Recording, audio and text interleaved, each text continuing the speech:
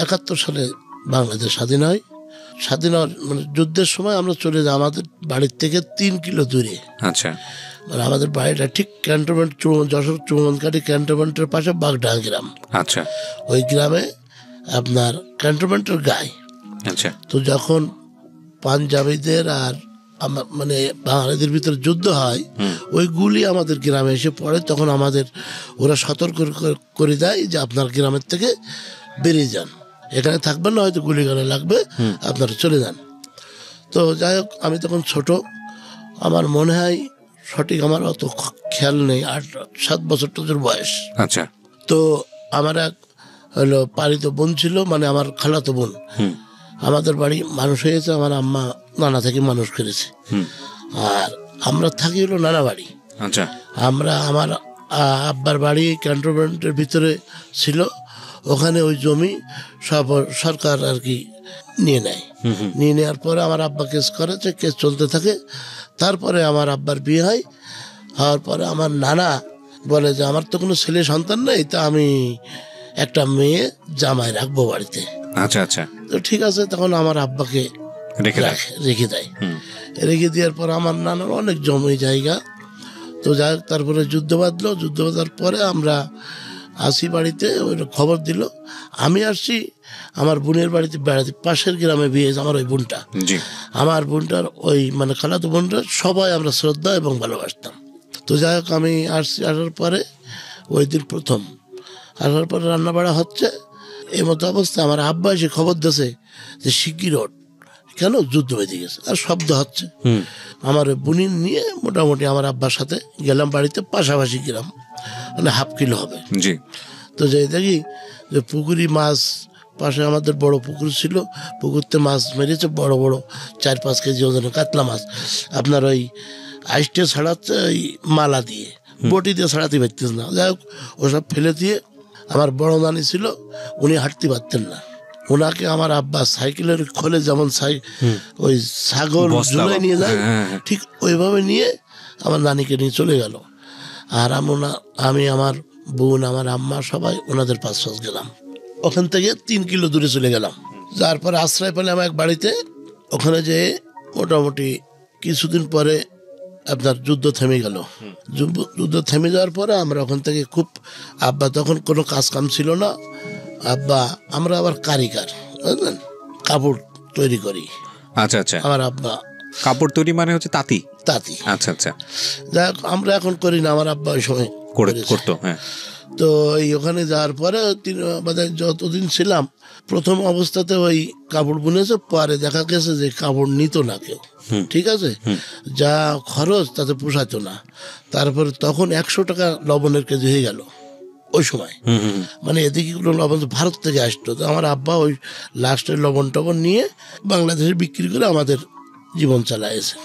আব্বা জীবনে খুব কষ্ট করেছে। যাই হোক, কষ্ট করে আসার পরে আমরা যুদ্ধ থেমে গেলে আসলাম বাড়ি আসার পরে এখন আমাদের কিছু জমি জায়গা ছিল।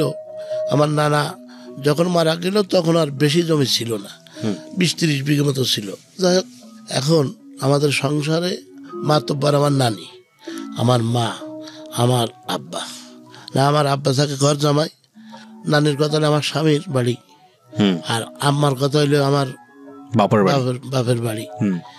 এখানে আব্বা একটু সুযোগ কম পেত। যাই হোক, এমতো অবস্থায় জমি জায়গা বিক্রি করতে যখন 23 কাঠা জমি মাঠে থাকলো, তখন আম্মা বললো আমি আর জমি বিক্রি করবো না।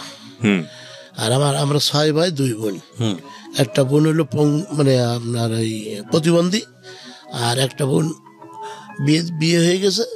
তখন আমার সংসারে কাজের লোক নেই এবং কাজের লোক রাখার মতো পরিবেশও নেই। মার বিশাল অসুখ, গ্যাসের অসুখ, যাই হোক কাজকাম করতে পারে না। এমতো অবস্থায় কি করি, এখন আমার নানি, আমাদের সংসার চলে না। আমার নানির একটা দোকান ছিল, আচ্ছা, পান বিড়ির দোকান। আচ্ছা, এখন আমার বড় ভাই কোনো কাজ করতো না। বড় ভাইয়ের কাজ ছিল ওই আমাদের গাছের ডাব কিংবা আমাদের যে মুরগি পুষি, ওই লোকজন ডেকে দেখা যাচ্ছে ওই বনভোজনকে খেয়ে নেবে, কিংবা ওই ডাব চুরি করে আমাদের তা চুরি করবে, আমার আব্বার আম্মার না বলে রাত্রি ওইবার পেড়ে খেয়ে নেবে। মানে ক্ষয় ছাড়া জয় নেই।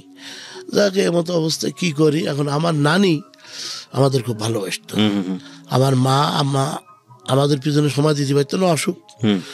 তো যাই হোক, নানি আমার কি করলো যে চল তোরে আর কি দিয়ে আসি টাউনে। আমি তো বুঝি না কিছু। যাই হোক, আমার পাশে ছিল আমাদের এক ভাইপো, মঙ্গল মিস্ত্রি তার নাম। তো যশোর চাষা মোড়ের পাশে হলো ইঞ্জিন মিস্ত্রি গ্যারেজ। তো ওখানে এসে মোটামুটি কাজ শিখা সাতক্ষীরায় গেছে মিস্ত্রি হয়ে। আমার ওই যে মঙ্গল মিস্ত্রি উস্তাদ, উনি থেকে সাতক্ষীরায় ইয়ে করে দিয়ে আসছে, গ্যারেজ করে দিয়ে আসছে, তো তুই এখানে কাজ করবি আর অর্ধেক টাকা আমার দিবি আর অর্ধেক টাকা তুই নিবি। এটা হলো আমার ওই মানে মঙ্গল মিস্ত্রি। ওই দেখে আমার নানি বললো আমি দিয়ে আসি। আর যাক, ওই 5-6 কিলো হাঁটিয়ে যশোর থেকে এসে হাঁটিয়ে আসলাম নানির সাথে। হাঁটিয়ে আসার পরে চাষা মোড়ে যেখানে কাজ শিখে যায় মঙ্গল মিস্ত্রি, ওর পাশে আছে এক কামাল মিস্ত্রি, দুলাল গোপাল নাম।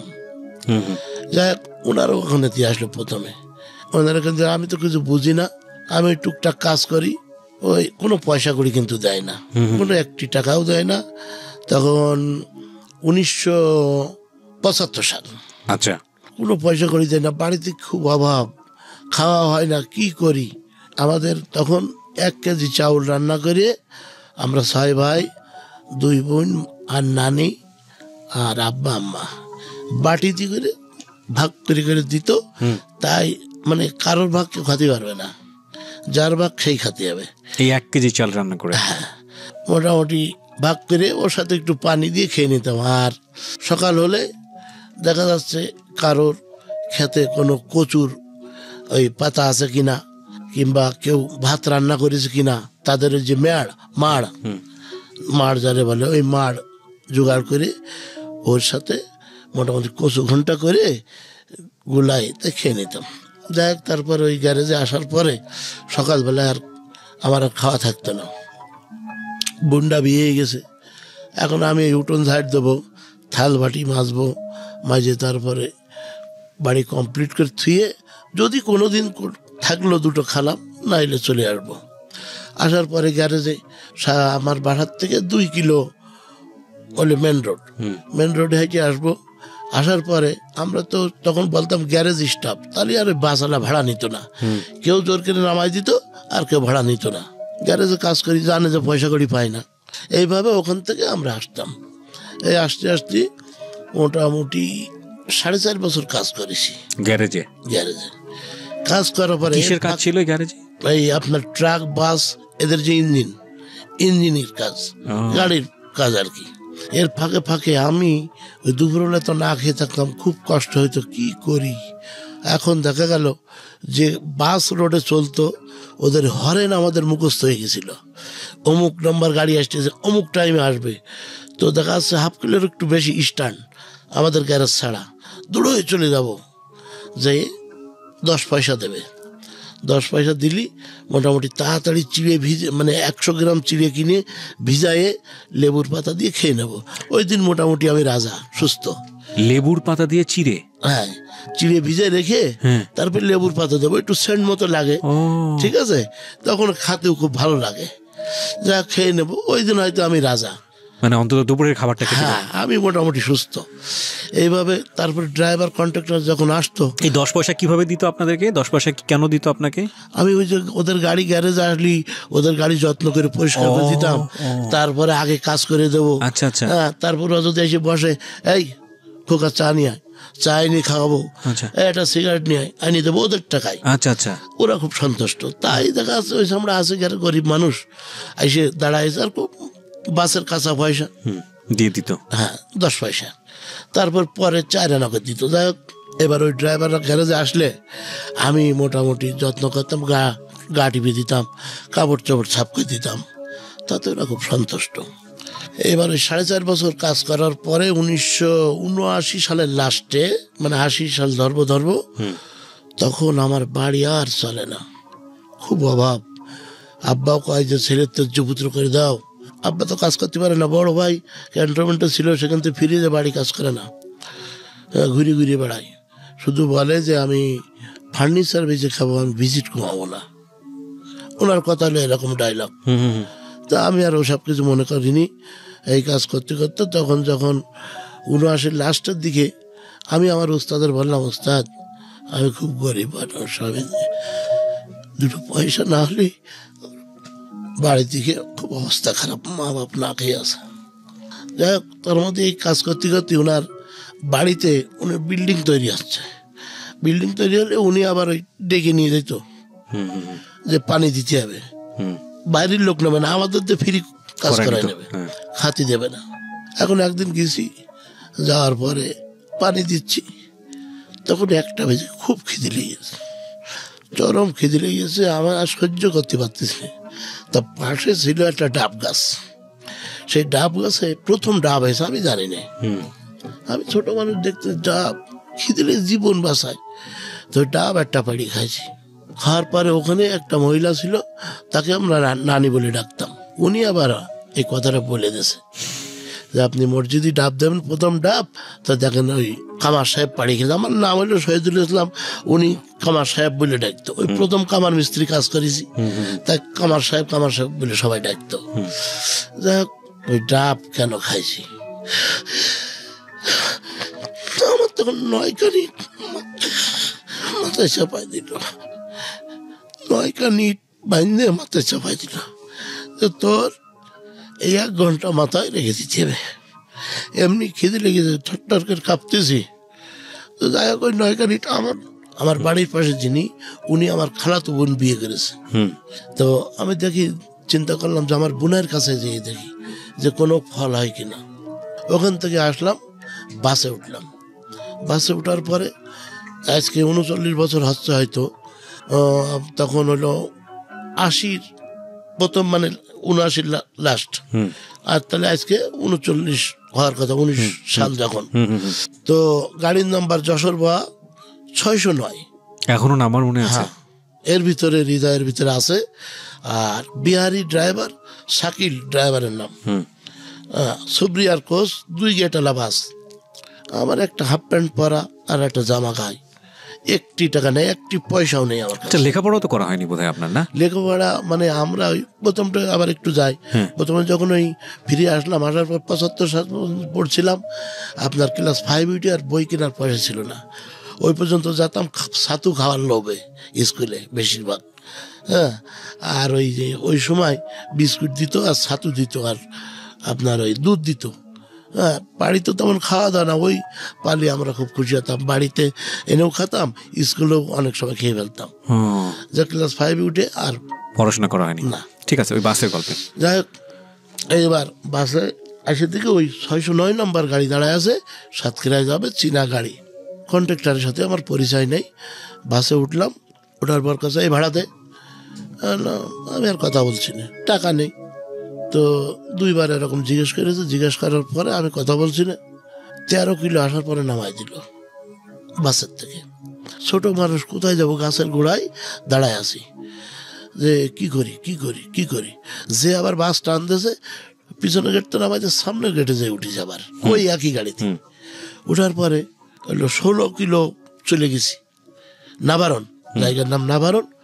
ওই কন্ট্রাক্টর ঘুরিয়ে ফিরে এসে কাছে, তোর যে নামাই দিয়ে আসলাম জিগর কাছায়, তুই আবার কোথাতে আসলি?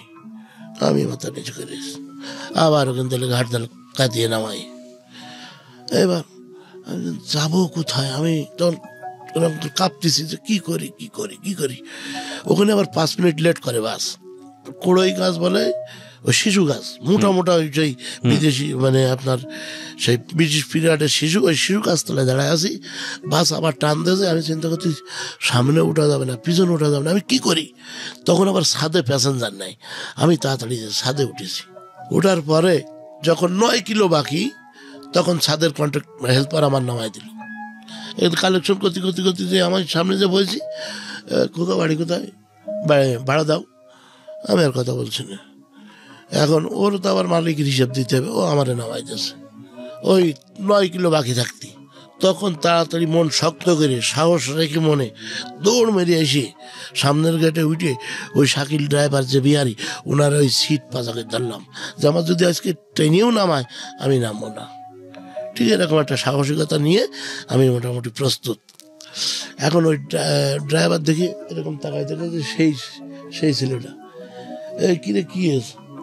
তো বলছি দেখেন ভাড়া দেয়নি, আবার 2-3 জায়গায় নামাই দিই, আবার বেয়াদব উঠেছে।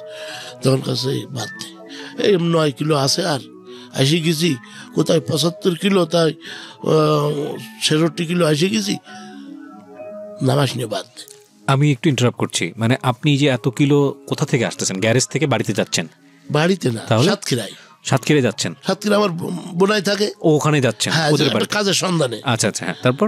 যশোর চাষামোড় থেকে আমি বাসে উঠেছি। আচ্ছা, এবার যে নামলাম, নামার পরে বোনাই বাড়ি গেলাম, যাওয়ার পরে ওনার বলার পরে উনি বললো, দেখ আমি ওখান থেকে, তুই তো জানিস আমি 1-2 করে রুটি বেঁধে আনতাম, আমিও লোকের বাড়ি কাজ করতাম, তো 1-2 করে রুটি বেঁধে এনে গ্যারেজে এসে খাতাম, খেয়ে এই কাজ শিখে আমার ওই উস্তাদ এখানে ফিট করে দিয়েছে।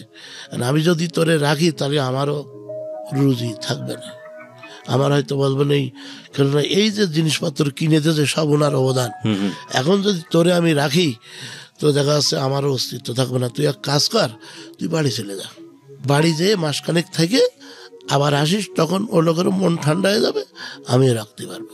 যাই হোক, ওনার কথা শুনে উনি আমার সে বোনটা ভাত টাত খাতি দিল, খাইয়ে পরের দিন কয়টা টাকা দিল আমার খেয়াল নেই, আমি আবার চলে আসলাম গ্রামে আসার পরে বাড়ি এসে খাবো কি, আমার মা বাপেরই খাওয়া আসছে না, আমি তাদের কি করে কি করবো। এখন যাই হোক, ওই অবস্থায় 3 দিন পরে 2-3 জনের কাছ থেকে 1 টাকা জোগাড় করে নিয়ে, আর নানির কাছ থেকে টাকা জোগাড় করে নিয়ে আবার আসলাম আচ্ছা, সাতক্ষীরাতে। এইবার সাতক্ষীরায় আসার পরে উনি আমাকে মোটামুটি বললো যে দেখ, গোপনে থাকবি 10-15 দিন, থাকার পরে আস্তে আস্তে রাস্তায় বেরোবি, মানে দেখবে তোর লোকজন, তখন আর সমস্যা হবে না। যাই হোক, ওই মোটামুটি কাজ করি, টুকটাক করে করি, তখনও কোনো পয়সা দেয় না। তখন চিন্তা করি যে আমি কি করব, এই 4.5-5 বছর কাজ করে আসলাম, আবার এই নতুন করে 1-1.5 বছর হয়ে গেল, কি করি। যশোরে পল্লীরহাটের একটা ড্রাইভার সাথে আমার পরিচয় হলো, ওনার নাম হলো সোবান। উনি ওই গ্যারেজে আসে, গাড়ির কাজ কাম করায়, ওনার গাড়িটা খুব সুন্দর করে সাফ করে দিয়ে তারপরে গিরিশ টিরিশ করে কমপ্লিট করে দিলে আমার 10টা করে টাকা দেয় প্রতিদিন? না, মাসে না। তাহলে আজকে মনে করেন এখানে, এটা সাতক্ষীরা আসলো, আসে গাড়ি কাজ কাম করে, টিভি চলে গেল, 4-5 দিন পরে আবার আসলো, মানে টিভি ঢাকায় গেল কিংবা চিটাং গেল, চিটাংতে ঘুরে আসতে তো তখন 4-5 দিন 6 দিন লাগতো। এই 6 দিন পরে আসলে আবার ওই কাজ কাম করে ধুলাই করে দেবো, দেওয়ার পরে 10 টাকা দিল। তো যাই হোক, ওই 10 টাকা দিলে আমি মোটামুটি রাজা। এই 10 টাকার থেকে আমি তো আর ওই মিষ্টি খাতি পছন্দ করতাম, তো 1-2 টাকার দেখা যাচ্ছে ওই, তখন আবার কেজির মাপে বিক্রি হতো না, রুটি বিক্রি হতো সের, 8 বুয়া 1 সের 1 পোয়া, এইভাবে। তো 2 টাকার মতো খরচ করবো, 8 টাকা রেখে দেবো, এইভাবে দেখা যাচ্ছে 40-50 টাকা মাসে হয়, বাড়িতে পাঠাই, তাতে কোনো সুরাম এটা না। 1-1.5 বছর কাজ করার পরে আমি আমার এই উস্তাদের বললাম, আমার যে বোনাই, আমার তো পরিচয় এখন উস্তাদ, আমি বোনাই পরিচয় দেবো না, তার কারণ আমি উস্তাদের কাজ শিখতে চাই, আমার লক্ষ্য হলো কাজ। আমার একটা ছিল যে আমি সত্যি কথা বলতাম মানুষের সাথে, এখনও তাই, আমি চেষ্টা করি সত্যি কথা বলার জন্যই, আর মজা পাই খুব, সত্যি কথা বলে মজা পাই, আর তার ফলও আমার আসে। যাই হোক, ওখান থেকে উস্তাদের বললাম, দেখেন এই বাড়ির এই পরিস্থিতি, আপনি যদি কিছু পয়সা দিতেন, আমি চেষ্টা করতে যখন থেকে যাওয়ার, অল্প কিছু পয়সা দিলে বাড়ি পাঠাতে পারলে মোটামুটি চলে আর কি। আমার আম্মা ওদিকে গরু, মানে তরি তরকারি লাগায় বাড়িতে, 192 শতক ভিটে বাড়ি এখনো সেটা আছে। তো ওখানে তরি তরকারি লাগায়, বিক্রি করে, আর নানি কিছু পয়সা জোগাড় করে দেয়, ওই টুকটাক করে কোনো রকম চলতে লাগলো। যেহেতু হয়তো আমি লেখাপড়া জানি না, তবে মানুষটি এমনি তো মনে করেন কাজ করতে করতে একটা এক্সপিরিয়েন্স হয়ে যায়। যাক, মানল না মানার পরে ওই ড্রাইভারের সাথে যখন পরিচয় হয়েছে, ওই উস্তাদে বললাম, উস্তাদ আমার কি হেল্পারি করতে রাখবেন? মানে ওই যে গাড়ি থেকে আপনাকে 10 টাকা করে? জি। আচ্ছা। তা কয়, তুই কি হেল্পারি করবি, তুই টায়ার ওসো করতে পারিস, তুই নিজেকে নিজে নড়াতে পারিস নে। তখন হাত পা দড়াই ধরলাম, দেখেন যদি আমার একটু রাখেন আমার বিরাট উপকার হয়, পয়সার কোনো প্রশ্ন না। যাক, লোক 10-15 দিন পরে আসে বললো, তা করবি? না, হাই করবো। হেল্পারি মানে হেল্পার, ওনার যে সাহায্যকারী আছে তার সাহায্যকারী আমি। আচ্ছা। আমি ওখানে আমি পারবো না। ওকে। তা বললো ঠিক আছে তুই চল। তো আমার নিয়ে গেল, ওনার সাথে চুক্তি হলো প্রতিদিন 10 টাকা দেবে। তো আমি খুব খুশি, প্রতিদিন 10 টাকা দিলি আমি 2-3 টাকা 4 টাকা খাবো আর বাঁচাবো, আমার অনেক পয়সা হবে। ঠিক আছে, একটা ভাবে আমি গেলাম। যাওয়ার পরে মোটামুটি 3 দিন না 4 দিন ওনার সামনে আমি ওই রুটি খাই, কোনো বলে এক কান খালাম, কোনো বিস্কুট খাইয়ে, হ্যাঁ ওস্তাদ খাইছি, ওনার বুঝতে দিলাম না। উনি তো বোঝে, উনি পাশে বসে হোটেলে গোশ মাছ খায়, ওনার খারাপ লাগতে লাগলো। বললো দেখ আমি তো কিছু বুঝি, তা তুই এই যে রুটি খাস আমারও খারাপ লাগে, আমি যা খাবো তুই তাই খাবি, তাতে আমার যদি 10 টাকার জায়গায় 20 টাকাও যায়, যাক তোর আমি এখন টাকা দেবো না, তুই খাইয়ে সুস্থ হ। যাক এই মোটামুটি 3 মাস মতো করলাম। করার পরে ওই পিছন টান আছে বাড়ির দিকে, কি করে 2 পয়সা পাঠাবো, এই করতে করতে তখন আবার ট্রাক, তখন আমি তো একা পারবো না, আর একটা হেল্পার নিয়ে আসলো, ও অর্ধেক আমি অর্ধেক। আচ্ছা, আগে ছিলাম মানে কোনো পয়সা না, আর এখন যা পয়সা হবে ও অর্ধেক আমি অর্ধেক। আচ্ছা, তাতে মোটামুটি আমি 1000-1200 টাকা মাসে ইনকাম করা শুরু করলাম। করার পরে এবার ওনার হলো 1 ছেলে 2 মেয়ে, ওনার ওয়াইফ আমার যত্ন করতো। উনি কি বাসের মালিক ছিলেন? উনি ড্রাইভার ছিলেন? উনি ড্রাইভার ছিলেন। আচ্ছা, যাই হোক, বাস না ট্রাক। আচ্ছা, ট্রাক ভাড়া খাটতো। যাই হোক এবার ওই মোটামুটি কিছুদিন কেটে যাওয়ার পরে ওই হেল্পারে চলে গেল, আমি মোটামুটি একটু স্বাবলম্বী হলাম, শিখে নিলাম। এবং টায়ার উনি যদি হালকা হেল্প করে আমি মোটামুটি লাগাতে পারি, এখন উনি মোটামুটি হালকা হেল্প করতে লাগলো। করতে করতে আমি মোটামুটি শিখলাম হেল্পারি। তো যখন দেখা যাচ্ছে যে টিভি যাওয়ার পরে একদিন যাচ্ছি ঢাকায়, কামারখালী ফেরি ছিল তখন ব্রিজ হয়নি, ওই ফেরি ঘাটে যে একটা সামনের পাতি ভেঙে গেছে। তো ওনার সাথে আমি একটু তর্ক করেছি। উনি বলছে যে দেখ এই পাতির এই ইউবোর্ডের ও কাজ করবে মিস্ত্রি, অথচ আমি কাজ জানি, ও মিস্ত্রি কাজ যাতে গেলে অনেক দূরে যেতে হবে, আমি তাড়াতাড়ি করে উনি সেই নদীতে গোসল করতে গেছে, খেয়ে দিয়ে কমপ্লিট আমি একা একাই সব করেছি, করে বোর্ড লাগাই একটা অসার ওই দিন ওখানে ছিল না। তা আমি শুধু বলি চাচা অসার এই জায়গায় ছিল না, তখন লোক বলতে ছিল বলছি, আর আমি একটু জোরে বলে ফেলাইছি ছিল না বলতেছি। এই আমার গাড়ির তলাতে মারতে চালিয়ে দিলে গাড়ির উপরে চালিয়ে দেওয়ার পরে আমি তো জানি না অজ্ঞান। যাই হোক আমি যখন জ্ঞান ফেরে তখন এসে আমি দেখি ঢাকায়। উনি আমার গাড়িতে নামায় গোসল টোসল করায়, গালে তুলে ভাত খাওয়াইলো, মানে শাসনও করতো, করতো। উনি যখন ওই নামায় গোসল টোসল করে ভাত খাওয়াইলো, তখন কোথায় মেরেছে, কখন মেরেছে সব আর আমার মনে নেই। যাই হোক এই ঢাকায় গেলাম, ঢাকাতে ঘুরে আসলাম, 4.5 বছর হেল্পারি করলাম, ট্রাকের হেল্পার। তো এর ফাঁকে একদিন গাড়ি চালাইছি। তো যার গাড়ি তার নাম হইল আমের আলী। একদিন চালাইছি ওনার সামনে, এমনি টুকটাক চালাই, ওনার সামনে ধরা পড়ে গেছে যে আমি গাড়ি চালাইছি। উনি এসে বলতে আমি তোর তো কিছু বলবো না, আমি তো ড্রাইভারে বলবো। তাড়াতাড়ি গাড়ি রেখে এসে পা ধরাই ধরলাম যে স্যার, তখন আর দুলাভাইটাই না, স্যার আমার মাফ করতে, আমি আর জীবনে গাড়ি আমার চাকরিটা খেয়ে না, আমি করে যাবো, আমার চাকরিটা খেয়ে না। এবার আমা করে 6 লোক দাঁড়াই থাকলো, আমার নামাই দিল, আমার রাখলো না। যাই হোক আপন দুলাভাই বের করে দিল আপনাকে? না তাহলে মানে ওই ইন্ডিয়ায় বাড়ি, দুলাভাইয়ের কিন্তু তো চলে আসছে এই গাড়িতে। এখন এই গাড়ির মালিক হলো শাহজাহান চেয়ারম্যানের জামাই আমের আলী। আচ্ছা, ওনার বাড়ি ইন্ডিয়ায়, সবাই কমান দুলাভাই, সবাই দুলাভাই বলে, আমরা দুলাভাই। আচ্ছা, আমার উস্তাদ দুলাভাই বলে। আচ্ছা, যাই হোক মাফ করলো না, আমার নামাই দেওয়ার পরে আমার উস্তাদের কথা হইলো, উস্তাদের বাড়ি যশোর, উনি নিয়ে গেছে সাতক্ষীরায় ড্রাইভারি করাতে, ওনার ড্রাইভার নেই, ওনাকে নিয়ে গেছে। ওনার কথা উস্তাদের কথা হলো আমি ওই হেল্পার না আসলে আমি আপনার গাড়ি চালাবো না।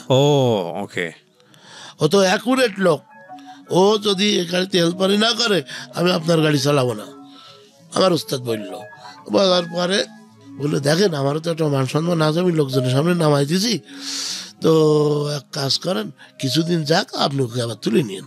এটা হলো পরে কথা। যখন যেদিন নামায় দিল ওই দিন আমার বহু বন্ধু বান্ধব ছিল, আমি হোটেলে যে সারা রাত বসে বসে কান্দিছি। আমার পাশে বন্ধু বান্ধবেরা খেয়ে উঠে গেছে, কেউ একটু তাকায়ও দেখিনি, যাদের কিছু ছিল না আমি আমার পয়সার থেকে লুঙ্গি কিনে দিয়েছি, সাহায্য করেছি, তার এক কাপ চাও খেতে বলিনি। সবই আল্লাহর রহমত। আমি চিন্তা করতে আমি সকাল হলেই যাবো কোথায়, আমার বাড়ি যশোর, আমার বোনারে কিন্তু আমি চলে আসি, ওখান থেকে আমি তো ঠাই পাবো না, কারণ ওখান থেকে আমি বেড়ে আইছি। আমি ভোর যখন আজান দিয়েছে, দেওয়ার পরে আমি মোটামুটি পরিষ্কার হয়েছে, হওয়ার পরে আমি ঘুরতেছি, আল্লাহর একটা রহমত। ওই পাশের বাড়ি সুলতান হাজি তার নাম, ওনার একটা গাড়ি আছে, ওনার গাড়ির ওই হেল্পার নেবে ছুটি, তার নাম হাকিম। তা আমার এসে বলতে তুই কয়েকদিন ডিউটি করে দিবি? তখন আমার এর মধ্যে বুকটা পাশা হয়ে গেল, আল্লাহ এ কি কয়, তখনই কাজ হয়ে গেল। আল্লাহ ভাই আমি ডিউটি করবো মানে আমি এক্ষুনি রাজি। সঙ্গে সঙ্গে আমি সেই গাড়িতে গেলাম। আমার ওস্তাদ বললে দেখ এদিক সেদিক ঘুরতে লাগ কয়েকদিন, আমি নিয়ে নেব আনে। তো আমি দেখলাম আমি কাজ ফাঁসি বসে থাকবো কেন, কাজ করতে থাকি। এবার ওই সেই হাকিম 10-12 দিন আর আসে না, 5 দিনের কথা বলি। এখন ওই মালিকের গাড়ি মালিকের বাড়ির সামনে থাকে, আমি মানে আজান দেবে তার আগে উঠবো, ওইটা এরকম লাইট আছে গাড়ির, তো লাইট জ্বালাই গাড়ি কোথায় কি ময়লা আছে পরিষ্কার করে তেল দিয়ে মুছিয়ে কমপ্লিট করে বসে থাকবো। এবার ড্রাইভার সকালে আসবে, এসে গাড়ি নিয়ে চলে যাবে। 1-2 দিন করতে করতে ওই মালিক নামাজ পড়ে এসে থাকে, কি ব্যাপার গাড়ির তলায় লোক, অন্য লোক 8টা-9টার সময় ধোয়, অন্য লোকদের ধোয়ায়, আর ও নিজে নিজে কি করে, ও আমার সাথে দেখা না করে পিছনতে ফলো করিস। করার পরে হইলো আপনার আমার একদিন ডেকে একটা চাদর কিনে দিয়েছে। চাদর কিনে দিলে আমি খুব খুশি হয়েছি, আরও মোটামুটি ভালো করে কাজ করতে করতে এই উস্তাদ আমার স্মরণ করে যে তুই তাহলে এবার চলে আয়, আমার এদিকে সব ইয়ে গেছে, তা তুই চলে আয়। আমি চিন্তা করলাম আমার উস্তাদ দেখে যে আমি আর দাঁড়াবো না, আমার যতই যত্ন করুক। তখন এই মালিক শুনতে পেয়ে উনি ওনার বাসায় ডেকে নিয়ে গেছে, বললে যে আজকে রাত্রি তুই আমার বাসায় খাবি। ওনার বাসায় গেছি, দরজা খুলেছে, খুললে দেখি এরকম একটা টিভি, এখন টিভি আর কি, ওর মধ্যে মানুষ। এর আগ পর্যন্ত আমি টেলিভিশন কখনো দেখি না, এর মধ্যে মানুষ আসলো কিনা, আমার গা তো কাঁপতেছে। আর যে চেয়ার ওই সোফা টোফা রয়েছে, হ্যাঁ যেহেতু আমি সোফায় বসিনি, একটা চৌকি ছিল পাশে, ওখানে যে বসেছি, আর লজ্জাও করতেছে। আমি এর ভিতরে কল্পনাও করি পারতেছি যে কি ঘটনা কি, আমি জিজ্ঞাসা করতে পারতাম, আমি হতভম্ব মেরে গেছি যে কি। তারপরে গোষ্ঠ রাখা রয়েছে, আমি 2 পিস গোষ্ঠ খাইছি। খাওয়ার পরে বলে কি ব্যাপার, খা তুই খা। আচ্ছা আমার খিদে নেই, আমার পেট ভরা আছে, তারপরও আপনি ডেকেছেন, আমি না এসে পারি। তো বলছে দেখ শুনলাম তুই চলে যাবি। বললাম চাচা দেখেন সত্যি কথা বলবো? তো বলছে বল। বললাম দেখেন আমার উস্তাদের এখানে যেখানে ছিলাম ওনার সাথে এইভাবে কথা ছিল, যখন ডাকে তখন যেতে হবে। এখন দেখেন আপনি বলেন। তো বলছে দেখ যখন যাস আমার একটু বলে যাস। তো আমি আর ওনার আর লজ্জায় আর বলিনি, আবার ফিরে আসলাম এই জায়গায়। ফিরে আসার পরে 4.5-5 বছর, যখন 4.5 বছর হেল্পারি করেছি, করার পরে আমি মোটামুটি ভালো ড্রাইভ শিখে গেছি। 1984 সাল, তখন আমি 4.5 বছর, 84-85 সালের মাঝামাঝি লাইসেন্স করতে দিয়েছি। লাইসেন্স আজকে রাত 12টা দিয়েছি, সকালবেলায় লাইসেন্স দিয়েছি, সবই তো ডুপ্লিকেট পর্যন্ত। তো লাইসেন্স দিয়েছি, লাইসেন্স বেরিয়ে গেছে। এখন আমার দরকার ড্রাইভারি চান্স, কি করে ড্রাইভারি চান্স নেবো? আর ওই লোক কি করে, কয়ে যে তুই টিভি যা, আমার টিভি পাঠায় যায়, উনি আর যায় না। যা কামাই হয় ওনার পয়সা ওনার দিয়ে, আর আমার এই পয়সার থেকে আমি আর একটা হেল্পার পুষি, ওনার পয়সা ফুল ওনার দিয়ে দিই। আচ্ছা, এই করে 1-1.5 বছর করলাম। তারপর কষ্ট হতে লাগলো যে আস্তে আস্তে জিনিসপত্রের দাম বেড়ে যাচ্ছে, পয়সা যা তাই, কি করি। আর ওনার একটা মেয়ে ছিল, 2টো মেয়ে, একটা বেবি আর একটা হলো নার্গিস। তা আমি কখনো মেয়ে লোকের দিকে এরকম ফিরেও চাইনি। আর একটা ড্রাইভার বলছিল দেখ তুই তো এত করছিস, তুই 1 বছরের মধ্যে মদ গাঁজা খাবি। আমার লাইফে আমি মদ গাঁজা স্পর্শ করবো না। 1 বছরের মধ্যে যদি না খাস তো আমি তোর প্যান্ট শার্ট বানাই দেবো, মদিনা তার নাম। ঠিক আছে, যাক আমি খাইনি। তো এবার ওই ওনার মেয়ের সাথে আমার খুব ভাই বোনের মতো সম্পর্ক, কোনো কু নজরে কখনো তাকাইনি। মানুষই ভাবতো যে এর সাথে হয়তো সম্পর্ক না, আমি কখনো কু নজরে তাকাইনি, সেও তাকাইনি। ওনার বাড়ির সামনে গাড়ি ধোলাই করতেছি, ওনার ছেলে তখন ম্যাট্রিক পড়ে। তখন আপনার কি একটা কাপড় বলে, খুব দামি কাপড়, সেই দামি কাপড়ই শার্ট বানাইতেছে। আমি হেল্পারি করি, এখন ওই বাড়ির সামনে গাড়ি রাখিছি। রাখার পরে ওনার বাড়ি গেছি, ওই জামাটা আমি দেখতে পাইছি। তা ওই জামাটা আমি শখ করে একটু গায়ে দিয়েছি। ওনার ছেলে এসে জামা খুলে নিয়ে ম্যাচ টুকে দিলে, মানে আমার ওস্তাদের ছেলে এসে, আমি হেল্পার, হেল্পার বলে তো মেথর, এর কি মূল্য, ম্যাচ টুকে দিলে জামা ওর গায়ে দেবে না, জামাটা পুড়িয়ে দিল সে। হ্যাঁ, মনে খুব কষ্ট হলো। এই 2 বছর হয়ে গেল, যাওয়ার পর ওই মালিকও দেখলো ছেলেটা তো মানুষ হয়ে গেছে। আর ওই মালিকের বাড়ি গেলে ওনার ছেলের পায়খানা পিসাব যেখানে সাফ করতাম, আর আমি গেলে আমার খুব যত্ন করতো। পরবর্তীতে আর কি প্রথমে ওইভাবে, পরে ওনারদের সাথে মিশে গেলাম। খাওয়া দাওয়া যেখানে যা আমি হিসাব নিয়ে আমি যেতাম, আমার খুব যত্ন করতে লাগলো। এই করতে করতে তখন ওই মালিকও চিন্তা করলো তো এই ছেলেটার একটা কাজ দেওয়ার দরকার। তো বললো যে দেখ, আমি একটা বাস কিনবো, মানে নতুন গাড়ি কিনে বডি করে। বললো তাহলে আপনি এই বাস চালান, শহীদুল ওই ট্রাক চালান। তখন ওর লোক আমার ডেকে নিয়ে গেল আমার এই ওস্তাদ, যে দেখ এই বাস চালালে তো ওই রকম পয়সা হবে না, আমার চলবে কি করে না, আপনার কিসের টেনশন, আমি দেখতে আমি চান্স পাচ্ছি, তখন আমার এর ভিতরে উৎফুল্ল হচ্ছে, আপনার কিসের টেনশন, আমিও কিছু কিছু দেবো। এই করে ও লোক বাসে গেল, আমি ওই টিভিতে এসে 200, 300, 400 এইভাবে দিই, তাতে আমার আর সমস্যা হয় না, আমি কামাই করে নিই। এই ড্রাইভারি করতে করতে করতে 2-3 বছর ড্রাইভারি করা হয়ে গেছে। বিয়ে করবো, এবার মেয়ে খুঁজে পাইনি। যেখানে যায় বলে ও শালার মদখোর গাঁজাখোর, এগুলো চলে আসে। আসার পরে ভালো করে রান্না বাড়া করি, আমার আম্মা করে খাচ্চার দেশে দেওয়ার পরে ওরা আমার ওই চাচা শ্বশুর আমাকে বলছে যে আপনি কি আমাদের মেয়ে দেখবেন? বললাম দেখেন, আমি আপনার ছেলের বয়সে, আপনি আমাকে তুমি করে বলেন।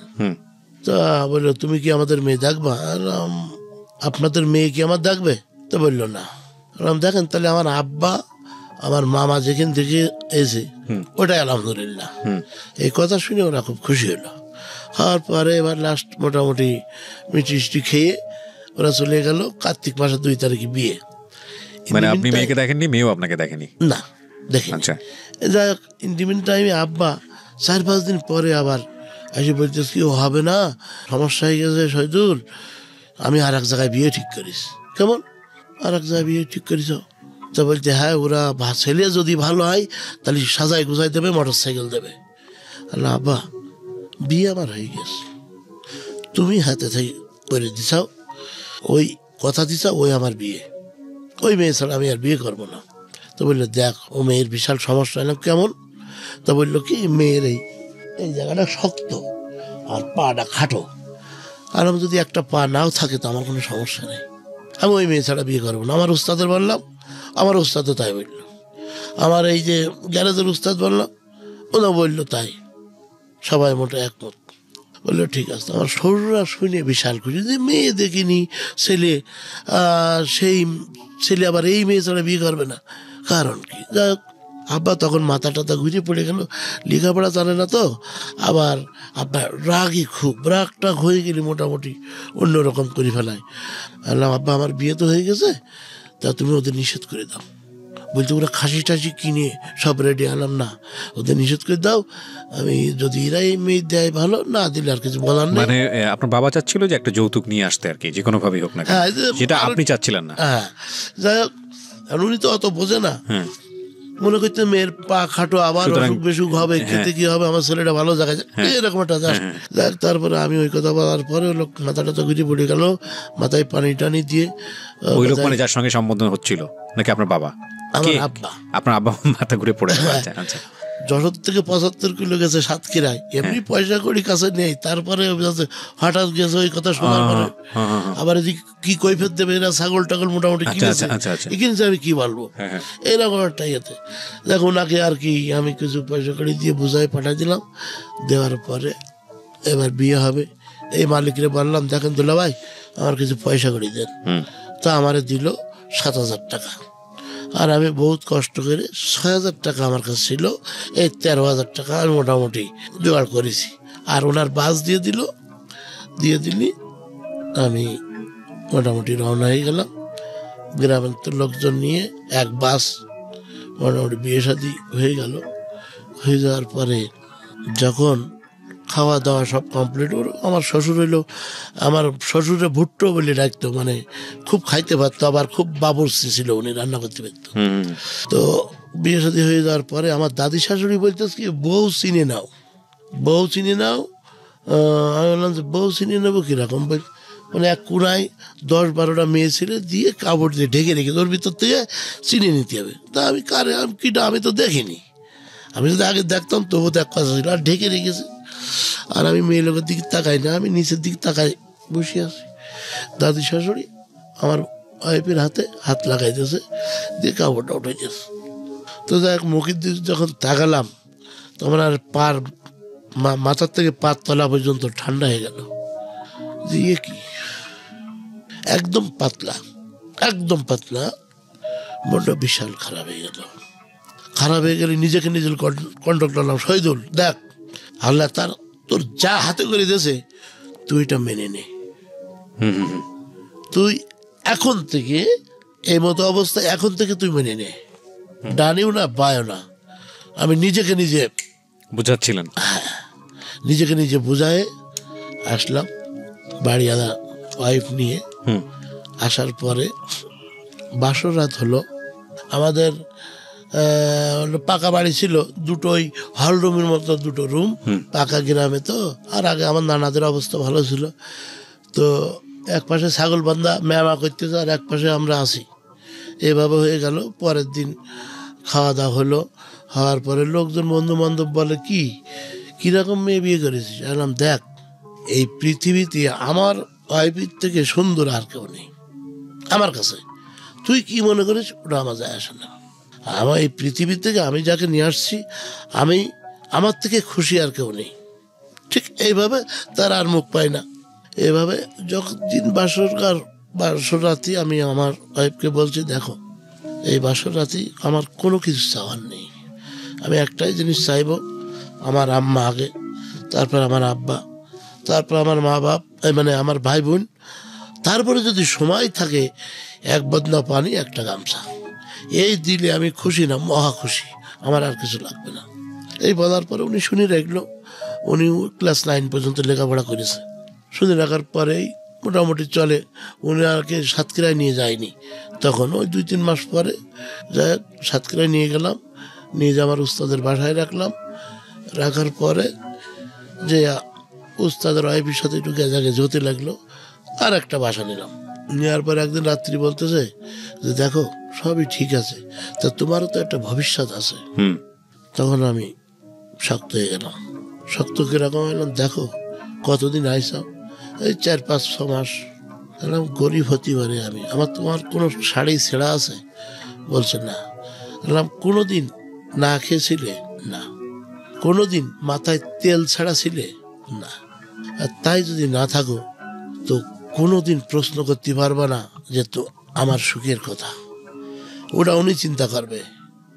আমি এই সার তোমার দেব না। আমি যেভাবে বলে দিচ্ছি, দ্বিতীয় দিন আর কোনো প্রশ্ন করতে পারবা না। তাহলে পিএল, মানে আমি একটু আবার রসিকতা করতেছি, মানে পাশাই রাতি দেবো। যাই হোক, আমার এখনো ওনার সাথে আমার বন্ধুত্ব। ওনাকে নিয়ে আসেনি, অসন্তুষ্ট।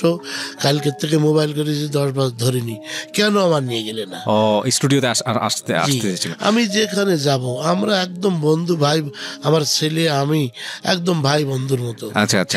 আচ্ছা, আমি বলে দিচ্ছি, আমি আসলে খুব খুশি হতাম যদি আপনাকে দেখতে পেতাম, কিন্তু উনি নিয়ে আসেনি, হয়তো উনি প্রথম এসেছে সেই কারণে। তবে ইনশাআল্লাহ ভবিষ্যতে নিশ্চয়ই আপনার সঙ্গে দেখা হবে, কথা হবে, যদি আল্লাহ চায়। তো আপনাকে অনেক ধন্যবাদ, আপনি আমাদের অনুষ্ঠানে আসতে চেয়েছিলেন। জি বলুন। যাক, এবার ওই কথা বলার পরে উনি এইবার আমরা 5 ভাই, 6 ভাই আর 2 বোন। তো কিছুদিন পরে আমার ওই বোনটা, মানে আমার আব্বা, আমার আম্মা সাতক্ষীরায় বেড়াতে গেছে। বড় ডাক্তারের কাছে নিয়ে গেছে। যাওয়ার পরে ডাক্তার বললো এরকম হলো, স্ট্রোক করেছে। তো তখন তো আমার তেমন পয়সা করি না, যাই হোক আমি হসপিটালে নিয়ে গেলাম, হসপিটালে মারা গেলে ওই লাশ আমার ট্রাকে করে নিয়ে আমার গ্রামের বাড়িতে নিয়ে মাটি দিলাম। দেওয়ার পরে ওই যে ন্যাংরা বুনটা ছিল ওর তখন বিপর্যয় নামিয়ে আসলো। ও ঠিক মতো হাঁটতে পারতো না, ও প্রতিবন্ধী। ওর একটা দোষ ছিল, ওই রাত 12টার সময় পায়খানা করবে, দিনের বেলায় কোনো পায়খানা করবে না, আর রাত 4টের দিকে 2বার পায়খানা করবে কাপড় চোপড় ভরে। তো আমার আব্বা ফট করে বলে বসলো, আমার সাথে বলিনি, লোকজনের হাতে বলে যে আর একটা বিয়ে শাদী করবে, ওর দেখবে কে। তারপরে মোটামুটি মানে আমার ওয়াইফ দেখতেছে, আমার বোন দেখতেছে, তারপরে ওই কথা বলে বলার পরে আব্বা আবার বিয়ে করলো। বাবা বিয়ে করে ফেললো আরেকটা। আমি চেয়ারম্যানের ভাই দিয়ে বিয়ে করেছি, আর পাশের গ্রামের ভ্যানালার মেয়ে বিয়ে করলো আব্বা। যাক, তাতে আমার কোনো আফসোস নেই, আব্বা আমার খুব কষ্ট করেছে জীবনে, যা বলে আমি তাই মানি। বিয়ে শাদী করার পরে আমার আম্মা মারা যাওয়ার আগে 7টা গরু ছিল, ওই যে ড্রাইভারি করেছে, টুকটাক পয়সা দিয়েছে, ওতে বানাইছে 6-7টা গরু বানাইছে। তারপরে ওখানে গাছ টাছ লাগাই, মোটামুটি আমরা অনেক আগের থেকে সুস্থ হয়েছি। এখন গ্রামের থেকে গরু নিয়ে আব্বারে নিয়ে আমরা চলে আসি। আমার আম্মা মারা গেছে, চলে আসার পরে আমার বোন বলতেছে, আব্বা আমার একটা গরু দেবা, আমি কিনে নেবো তোমার কাছ। টাকাই নে, কত দাম? 5,000 টাকা। কোন বোন? প্রতিবন্ধী বোন? কোন বোন কিনবে? না, বড় বোন। বড় বোন, আচ্ছা। হ্যাঁ, এইবার বলতেছে 5,000 টাকা। ঠিক আছে, 2,000 টাকা এখন দিচ্ছি, আর পরে দিবানি। তখন আমার আব্বা এসে আবার বলছে, দেখ তোর বোন গরু নিচ্ছে আছে, 2,000 টাকা এখন দেবে, 3,000 টাকা পরে দেবে। তোমারই তো মেয়ে, দেওয়া নাই দেয়, আমি টাকা তোমার দিয়ে দেবো। তো বললো ঠিক আছে। তো আমি গাড়ি চালাই যশোরে, সাতক্ষীরাতে যশোরে কাজ করাতে যাবো। তো ওই গরুটা তুলে নিয়ে আমার বইনা মানে ভাগনা আর আব্বারে তুলে নিয়ে 3জনে তুলে নিয়ে আসতেছি যশোরে। তো ওই ঝিরগাছা থেকে যশোর 9 কিলো এই পাশটা ভিতরে আমার বোনাই বাড়ি, আর ওখান থেকে আবার 4-5 কিলো আমার নতুন নানা বাড়ি। এখন আব্বা করেছে কি, ওই গরু নিয়ে আমার ভাগনারে নিয়ে নামাই দিয়েছি। দেওয়ার পরে আমার আব্বা বলে, যাই তুই শিগগিরি যা, তোর মার বলকে মুরগি রান্না করতি। কেন ছোট মানুষ বলছে, আমি গরু নিয়ে আসছি, তুই মার বলকে মুরগি রান্না করতি। মা মোটামুটি ওদিকে মানে আমার বোন রান্না টান্না করে আব্বা আসছে গরু নিয়ে, বিরাট খুশি হবে। টাকা দিয়েছে আমার বোন জানে, আর আমরা জানি, গ্রামের লোক তো জানে না। গ্রামের লোকের কাছে দেখাবে আমার আব্বা দিয়েছে, বিরাট একটা ই করবে। সেই গরু উনি নিয়ে নতুন শ্বশুর বাড়ি চলে গেছে। যাক, বিকাল সন্ধ্যা রাত 8টা, তখন টেলিফোন, ফোন না। আমার বোন বলতেছে, আমার আব্বা আসেনি। হলাম কি ব্যাপার, মাথা খারাপ নাই তোর, ভুল বকতেছিস নাই? আমার রাগ হচ্ছে। তো বলছে না আসেনি। কি করি? ওই রাত্রি সমস্ত আমার 6 ভাই এক জায়গায় করে ফেললাম, করে সকালবেলায় আমার ওই বোনির নিয়ে আর একটা মাইক্রো নিয়ে সব চলে গেলাম সেখানে। খুব রাগান্বিত হয়ে যায়, আজকে বাপের সাথে একটা যুদ্ধ হবে, এরকম একটা ভাব। যাওয়ার পরে সেই শ্বশুরবাড়িতে নামলাম। নামার পরে মানে আমার শ্বশুরবাড়ি আর পাশের গ্রামে। নামার পরে শুনলাম আব্বা বাজারে গেছে। এবার গেলাম বাজারের পাশ দূরিতে, দেখতেছি আব্বা চিকনে মানে এই ভ্যানে করে 1 কেজি চাউল আর মনে হয় অল্প একটু লবণ আর ওই 1/2 কেজি কি 1 কেজি তরকারি নিয়ে ভ্যানে করে আসতেছে। এদিক তো রাগে করে গেছি। যখন সামনের পর এসে তখন কি আর রাগ থাকে, জ্বর তোই হোক জন্মদাতা। তা আমি আব্বার গায়ে হাত বলেছি, আব্বা আমরা কি অপরাধ করেছি তোমার কাছে? আমার করে কাঁদতেছি যে আমাদের আজকে এই অবস্থা করে তুমি চলে আসলে, তোমার কি অভাব? এখন আমার সুখের দিন আসতেছে, তুমি থাকবা, তুমি আমার বাড়ি থাকবা, তুমি কোনো কাজ নেই, 5 ওয়াক্ত নামাজ কালাম পড়বা, আমার পোলাপান নিয়ে বেড়াবা, যখন যে ছেলের অর্ডার করবা তাই করবে। তোমার অবাধ্য যদি আমরা হই তখন আমার বলতে পারো যে তোরা খারাপ, তোদের কাছে আমি থাকবো না। আব্বার কোনো প্রশ্ন নেই, একটাই কথা হলে আমি আর যাবো না তো যাবোই না। তখন মোটামুটি আর দেখলাম ওই লোক যখন যাবেই না, তার কি করি? অনেক লোক জোগাড় হয়ে গেছে গেলি। আমি তখন আব্বার হাতটা ধরে বললাম, আব্বা তোমার জায়গায় বাইন্ধে রাখতো, আসল ভুলিনি, ঠিক আছে? টাকাটা আমার হাতে এনে যাচ্ছে, ওই টাকা তুমি রাখো, আমরা তো টাকা চাইনি, আমরা চাইছি একটু ভালোবাসা, টাকা তুমি রাখো। যাই ওনার কাছে রাখলাম। এবার আর বলতেছে আমি আজ যাব না, আমার এখান থেকে ফিরে যাব না। এইবার আব্বার যত্ন টত্ন করি খুব। ওই আমার একটা ছোট ভাই ছিল, তার যশোর থেকে নিয়ে গেছি, দোকান ছিল, সেই দোকানে যাবে, একটু বসবে, ছেলেটা করে নেবে কিংবা নামাজ পড়বে। প্রতিদিন আমার বাজেট ছিল 20 টাকা, খরচ হোক আর না হোক, আর দোকান তো নেবে 10 টাকা। এই বাজেট করে মোটামুটি এই 1-2 মাস হওয়ার পরে হঠাৎ বলতেছে কি আমার এই জায়গায় একটা আব মতো দেখা যাচ্ছে কানে, এই না কানের পিছনে, আচ্ছা আচ্ছা, ও গালের মধ্যে, হ্যাঁ এই জায়গায় আচ্ছা আচ্ছা, আব মতো দেখা গেছে। এখানে ডাক্তারের দেখলাম, বললো ইন্ডিয়ায় নিয়ে যাও।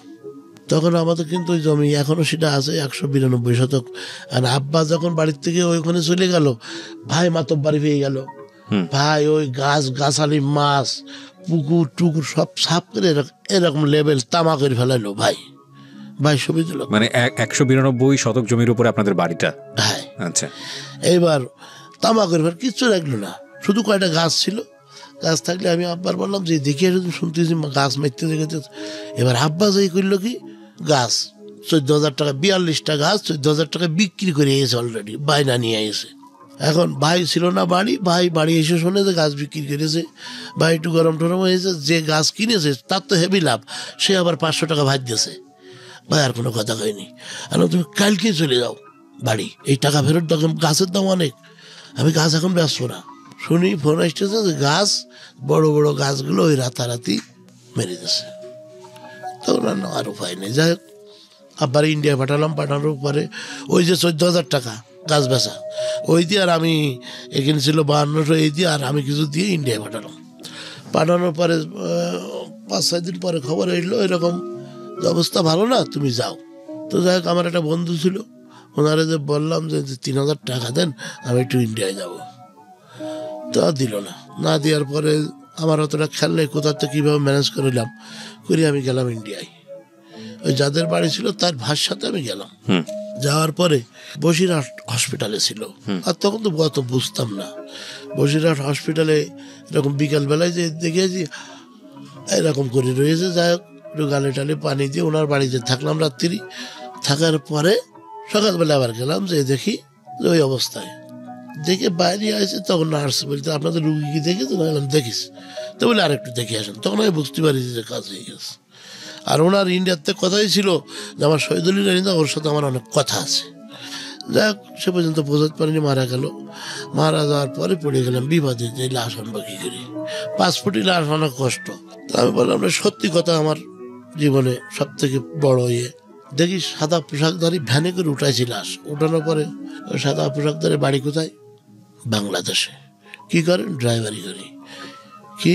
আমার আব্বা আমাদের পয়সা করি নিয়ে আমরা চুরাই পথে আনিছি, আনি মারা গেছে। ছুটি দিলেন। দেওয়ার পরে বিএসএফের ক্যাম্পে আনলাম। আনার পরে ডাইরেক্ট এরকম সত্যি কথা বললাম। তো বললো দেখেন বেশি লেট করেন না, লাশ নিয়ে চলে যান। যদি কোনো আমাদের উপরের অফিসার এসে জিজ্ঞেস করে বলবেন যে এই জায়গার লোক এখানে মারা গেছে। ঠিক আছে। এবার ভ্যানের থেকে নামাইয়ে 3টে বাস কিনলাম, মাঝখানে এই পারে এবার 4 ভাগ করে লম্বা করে দিলাম, ওই ঘাড়ে করে নিয়ে যাই। ওর বার তুললাম, 2-3 জন লোক ঠিক করলাম করে, মানে ফাঁকে হলো বিশাল বিল, আপনার ওই দাঁত ভাঙার বিল, ওই বিল পার করে নিয়ে আসতে হবে। লোক ঠিক করার পরে বিএসএফ বললো যে নিয়ে যাও। ওদের গাড়ি তুলে দিয়ে আমি দৌড়ে পার হয়ে চলে আসলাম। এবারে আসি বিডিআর ক্যাম্পের কাছে আসলাম। আমি বললাম স্যার, আমি স্যার ড্রাইভারি করি বাংলাদেশে, আমার আব্বা মারা গেছিল। এই তো বলি শিগগিরই নিয়ে চলে যাও, যদি জিজ্ঞেস করে বলবা যে এখানকার লোক মারা গেছে, আর কিছু বলবো না। যাক এবার পার করে নিয়ে আসার পরে কি করে নিয়ে যাই, সাতক্ষীরার থেকে 13 কিলো ভিতরে বর্ডার। একটা পাওয়ার টিলার পেলাম, পাওয়ার টিলারের পিছনে বডি আছে, বডির মধ্যে তুললাম। তখন আবার চাউল বিলাক হয় বাংলাদেশ ভারত, ওখানে আবার ট্রাকে চাউল আনতে গেছে। যাক পাওয়ার টিলার থেকে ট্রাকের পরে তুললাম, ট্রাকের পরে তুলে নিয়ে সাতক্ষীরা আনলাম, আমি ভ্যানে নামালাম। ভ্যানে নিয়ে বাসায় নিয়ে গেলাম। বাসায় নিয়ে যে কাপড় টাপন করে কমপ্লিট করে আবার আমার ট্রাকে করে যশোর নিয়ে গেলাম। যশোর নিয়ে মোটামুটি লোকজন ডেকে যখন মাটি মানে নামাচ্ছি, তখন আর আমি আর কন্ট্রোল করতে পারিনি। আমি মানে সেন্সলেস হয়ে যাওয়ার মতো কান্নাকাটি করেছি। এর আগে আমি কিন্তু দম খাইনি যে আমার জায়গায় পৌঁছাতে হবে। আল্লাহ রহমতে আল্লাহ আমার পৌঁছাইতেছে। মাটি টাটি দেওয়ার পরে এইবার বড় ভাই রাজত্ব পেয়ে গেল ওই জমি জায়গা, তা আমি আর ওদিক খেয়াল করলাম না। বড় ভাই টুকটাক খরচ দিয়ে আমি বড় ভাই সাতক্ষীরায় দোকান করে দিয়েছিলাম, সেই দোকানও ধ্বংস করতে গেছে। বড় ভাই কোনো অবস্থায় পরিবর্তন হয়নি। তারপরে এক এক করে এই 5 ভাইয়ের, আমরা 6 ভাইয়ের 5 ভাই সাতক্ষীরায় নিয়ে আসলাম। ছোট ভাইটা আমার সাথে আজও আছে, সাতক্ষীরায় নিয়ে আসলাম। আর ওই যে বুন্ডা মোটামুটি বললাম না, ওই রাত 4টার সময় আর রাত 12টার সময় পায়খানা করে আমার ওয়াইফ সাফ করে হাতে করে। আর 11 বছর বয়স, কি গন্ধ! একটা বাচ্চার পায়খানা গন্ধ, আর 11 বছর বয়স তার গন্ধ আসমান জমিন ডিফারেন্স। তখন ওই পান খাওয়া শিখলো, পান খালি একটু গন্ধ কম লাগে। আর মাঝে মাঝে আমি টিভিতে আসি, আমিও ওই মোটামুটি টুকটাক সাফ না করলেও বুনি নিয়ে শুই, তো আলাদাও রাখা যাবে না। আমার গাইটাই পায়খানা টাইখানা আমি কোনো ঘৃণা করিনি, আমার ওয়াইফও তাই। যাক, এবার হঠাৎ ওর অসুখ হইলো, হওয়ার পরে আমার বুনির বাড়ি রাখলাম কিছুদিন। আমি আর দেখা যাচ্ছে আমার ওয়াইফেরও অসুখ আরাম হয়ে গেছে, এরকম অবস্থা। ওর পিছনে খাটতে আবার এদিক সংসার। দেখ, আমার বুনির বাড়ি রাখলি, আমার বুনির তো অবস্থা ভালো না, সেইভাবে দেখতে পাইত না। তারপরে আবার আমার নিয়ে আসলাম, গায়ে একটু ঘা পাছড়ার মতো হয়ে গেল। সত্যি কথা বলতে কি, লাস্টের দিকে একটু ওর প্রতি একটু অবহেলা করা হয়েছে, মানে আমিও বাড়ি থাকতাম না, আর ওরা ওই দিকে একটু ঘৃণা মতো হয়ে গেল, মারা গেল। মারা গেলি মাটি দিলাম, দেওয়ার পরে এবার এই এখানে ওই এক করতে 5 ভাই চলে আসি। 5 ভাইরে নিয়ে আসে, একটারে হলো লেখাপড়া শিখে আইএ পাস করাইছি, আর একটা দোকান করে দিয়েছিলাম, সে দোকান ধ্বংস করলো। লাস্টে সে একটু বদমাশ টাইপের, তাও কন্ট্রোল করে রাখছিলাম। তারপরে ওই এদিকে আপনার গাড়ি চালাই টুকটাক করে, তাতে টুকটাক পয়সা রাখতে পারিনি, এই অবস্থা। ভাই বাকারকে দেখতে থাকি, দেখতে আপনার 17 বছর ড্রাইভারি করলাম, এর ভিতরে কোনো ভালো রেজাল্ট দেখতে পেলাম না। 17 বছর ড্রাইভিং করলেন? জি, ট্রাক চালাইছি। সেসব আপনার যদি 2 দিন ধরেও বলি, আমার কাহিনী শেষ হবে না, আপনার ক্ষতি হবে। আমি কিভাবে অ্যাক্সিডেন্ট করেছি, মানুষ কীভাবে সে মানে এ আমার করুণ কাহিনী। এবার ওই ড্রাইভারি করতে অল্প একটু বলি, এক জায়গায় আমরা সাতক্ষীরার থেকে 36 কিলো দূরে, সেখানে আলু আনতে গেছি। যাওয়ার পরে শাকের চেয়ারম্যান তার নাম, সেখানে গাড়ি ঘোড়া যায় খুব কম। আলু আনতে গেছি, এবার আলু তুলতেছি, আলু তোলা গেছে, সামনে একটা মাদ্রাসা, আবার রোডটা আবার মাঝখানে উঁচু, ঠিক এরকম, আর 2 সাইডে চাকা যাবে, গাড়ি ডানু বায়ও যেতে পারবে না, ডানু যাতে। আচ্ছা, মাঝখানে উঁচু, ডানি গেলে চাকা বাইতে যাবে, বাই গেলেও চাকা বাইতে যাবে, সোজাই যেতে হবে, মোড়ের থেকে যে আবার ঘোরা যাবে, এছাড়া কোনো উপায় নেই। আর সামনে মাদ্রাসা ছুটিয়ে গেছে, ছেলেপিলে কিলবিল করতেছে। এখন সাইডে এক ছিল খেজুর গাছ থাকলে, খেজুর গাছে একটা বাচ্চা উঠে বসে আছে, আমি তো সামনের দিক লক্ষ্য, উপরে তো লক্ষ্য না। এখন ও বাচ্চা বসে, আর এই যে ট্রাকের এই সাইডে, পিছনের বাম সাইডে ঝুলে লোক যাচ্ছে, আর খেজুর গাছের গাঁদে সেমসেম যাচ্ছে, কিন্তু খেজুর গাছের গাঁদে সেমসেম যাচ্ছে। এখন যদি ওই খেজুর গাছ পর্যন্ত যায়, তাহলে ওই বাচ্চাটা পড়ে যাবে। এই বাচ্চাটা ওই খেজুর গাছ দেখতেছে না, বাচ্চা উত্তর জ্ঞান নেই, খেজুর গাছ পর্যন্ত গেলে খেজুর গাছে লাগিয়ে পড়ে যাবে। আমি সামনে ক্লিয়ার, আমি আস্তে আস্তে চালায় ঝুলে যাচ্ছি, ওই সাইড দিয়ে এরকম ঝুলতেছে, এদিকে লক্ষ্য, ওদিকে তো খেজুর গাছ, ওই খেজুর গাছে যে খেয়েছে বাড়ি, আর ওই যে বাচ্চাটা ছিল বাড়ি খেয়েছে, ওই ফাঁকে পড়ে গেছে, দুটো জায়গায় ডেট মারা গেছে। আমি জানি না, এখান থেকে মনে করেন আপনাদের নিচতলার বিল্ডিং যত দূর হবে, এর থেকে একটু দূরই, যে আমি আবার মাল তুলতেছি, আমি তো জানি না, সামনে ক্লিয়ার। এখন এক বুড়ো এসে বলছে, বাবাজি শিগগির পলায়ন, কি ব্যাপার? বলছে, 2 লোক মারা, হতেই পারে না, আমি চ্যালেঞ্জ করছি, সামনে ক্লিয়ার, তলায় কিছু নেই, তো লোক মারবে কিসি? বলছি, না, ওই খেজুর গাছ তোমার গায়ে তাকে ঘিলু লেগে গিয়েছে, বাম সাইডে এসে দেখি ঘিলু, মাথা ঘিলু লেগে। তখন আমার আর মাথায় কাজ করেনি, আমার হেল্পার ওই ঘিলু ফেলাই দিয়ে গাড়ির কাগজপত্র নিয়ে কেটে উঠলো। এখন আমি কি করি, আমি মোটামুটি গাড়ি স্টার্ট করে টান দিলাম, চিন্তা করলাম ভাই, টান দিয়ে আমি যে রাস্তায় আইছি যেতে পারবো না, আর পাবলিকের রাতে ধরা যদি খাই, আমি লাশ। আরও গ্রামের ব্যাপার, সাইড দিয়ে মোটরসাইকেল নামাই দিয়েছে ভুই দিয়ে, আমার ধরবে তাই। আমি তাড়াতাড়ি ব্রেক মেরে দিয়ে মোটরসাইকেল লাগের পাজড়ায় ধরলাম যে বাঁচাও। ওরা দুইজনের ফাঁকে নিয়ে যাদের বাড়ি আলু আনতে গেছিলাম, ওদের 5 তলা বিল্ডিং ওই গ্রামে চেয়ারম্যান, ওই বিল্ডিং নিচের তলায় ঢুকাই দিলে আল্লাহ আমার রক্ষা করলো, আমার গায়ে একটা স্পটও পড়িনি। না পড়লে এবারে আমি মোটামুটি বাড়ির থেকে ইট পাইটকেল মারতেছে দরজায়, জোর বের করে দাও, ও গাঁজা খেয়েছে, এই খেয়েছে, তা খেয়েছে, বিভিন্ন কথাবার্তা। আমি তো ঠকঠক করে কেঁপে ছোট হয়ে গেছি অলরেডি, ভয়তে ভয়তে ছোট হয়ে গেছি। আর জ্বর 102-103 জ্বর এসে গেছে, 2টো মানুষ মারা গেছে, আমি নেই। আমার মনে তখন কি হচ্ছে আমি নিজে বলতে পারি না। আর তারপরে মানুষ ওই হাজার হাজার লোক এসে ওই করতেছে, পুলিশ এসে গেছে। ওই অবস্থায় পুলিশের হাতে তুলে দিল, আমার তুলে দিলি 1997 সাল তুলে দিলি, শক্তি নেই। যাই হোক, ওদের একটু মায়া হইলো আল্লাহর তরফ থেকে কি জানি না। ওরা মোটামুটি একটা ছিঁড়া খেতা, একটা বালিশ আর একটা বিছান দিল, আর অল্প কয়েকটা ভাত দিল। আমি ভাত আর এর ভিতরে ঢুকলো না, সারাদিন রাত না খাওয়া। যাই হোক, রাত 4টার সময় মশায় কামড়ায় সরকার, আর কোথায় সব আবাস এড়িয়েছে, কিছু কি হয়েছে বুঝতে পারতেছি না। আমি রাত 4টার সময় আমি বললাম, ভাই আমার একটু আগাই দিয়ে আসো। তো ওই দুই ভাইয়ের ঘাট ধরে এক পাতে হাঁটতে হাঁটতে নদী পার করে দিল। দেওয়ার পরে হাঁটতেছি, সামনে 3 কিলো হাঁটতে তারপরে বাজার, তারপরে যে হইলো ওখানে হেলিকপ্টার পাওয়া যাইতো, তখন ওই সাইকেলের পিছনে সিট বানায় হেলিকপ্টার মিলে চালাইতো। এখন ওই 3 কিলো যাইতে যাইতে দেখি আমাদের সহজ গামছা বিক্রি করে আসতেছে একটা লোক, ও পিছন থেকে আমার হাঁটতে হাঁটতে আগায় এসে ধরে ফেলেছে।